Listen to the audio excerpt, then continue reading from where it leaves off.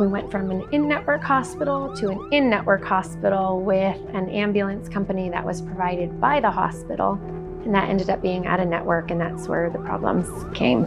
Ambulance bills aren't being controlled like other medical costs. The reason? A gap in the law. Consumer investigator Carice Jackman, in partnership with KFF Health News, has one woman's story of a big bill and a push to hold down ambulance prices. It's not something you want to see or hear. An ambulance coming to you when your life is at risk. But for many ground ambulance patients, the financial headache begins once they're back at home, opening their bill for the first time. When Yvette Hammond's 9-year-old daughter had trouble breathing, she took her to a nearby ER. We got there, realized that she really was struggling, and they needed to transfer her to the Children's Hospital in Atlanta. What we didn't realize, though, is that that was out of network. When she got her bill 4 months later, Hammond says she was in shock to see her daughter's 40-minute ambulance ride from one hospital to the next totaled nearly $1,000 out of pocket. And it wasn't written anywhere. You guys had no idea until it was after the fact. Right, yeah. We were just assuming it was in network. There was no time. When Hammonds got in touch with her insurance company, they explained that her total amount was $972. Her insurance approved $106, dropping what she owed to $865. But for Hammond's family of 6, it's an expensive bill. People should know what they're going to be charged. They should know what to expect, and there needs to be accountability for how much these ambulance companies charge. They even told her in a statement, ambulance providers are not offered an in-network contract with a medical plan. They went on to say that the ambulance company may still bill her for more because they're not in network with her plan. You know, in some ways she's lucky because ambulance providers are generally out of network, and at least her plan has agreed to pay some of the bill. We get a lot of bills where the insurer just says, it's out of network, so you're on your own. Dr. Elizabeth Rosenthal, senior contributing editor of KFF Health News, says the current way patients are billed for ground ambulances often puts an enormous strain on patients.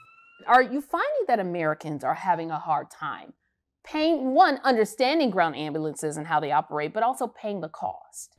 Sure. I mean, these are not insignificant rides. They often run in the close to $1,000, as this one did, sometimes $2,000, $3,000. And, you know, that's a lot of money. Rosenthal also said on top of getting the bill, patients have a hard time understanding what exactly they're paying for. Not only did they charge for the ride, they're charging by the mile. They're charging if they put oxygen probes up your nose.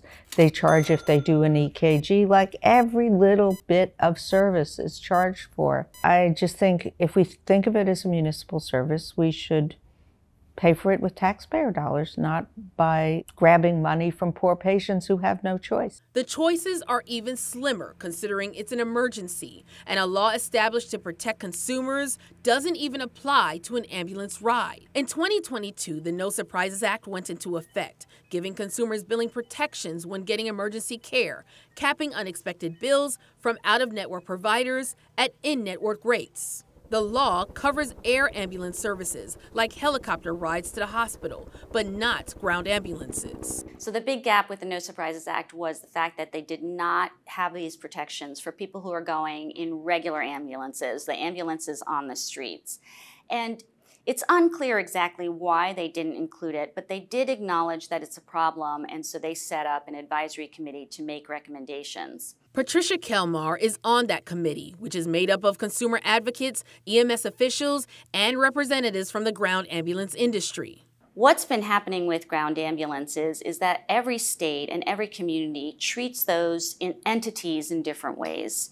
And so it's super complicated to come up with a national solution for ground ambulance surprise billing, but we definitely need to have one. Our national investigative team reached out to 2 associations to explain ambulance costs from a business perspective. None of them responded or agreed to an interview. We also reached out multiple times to the ambulance service that transported Hammond's daughter and her insurance company.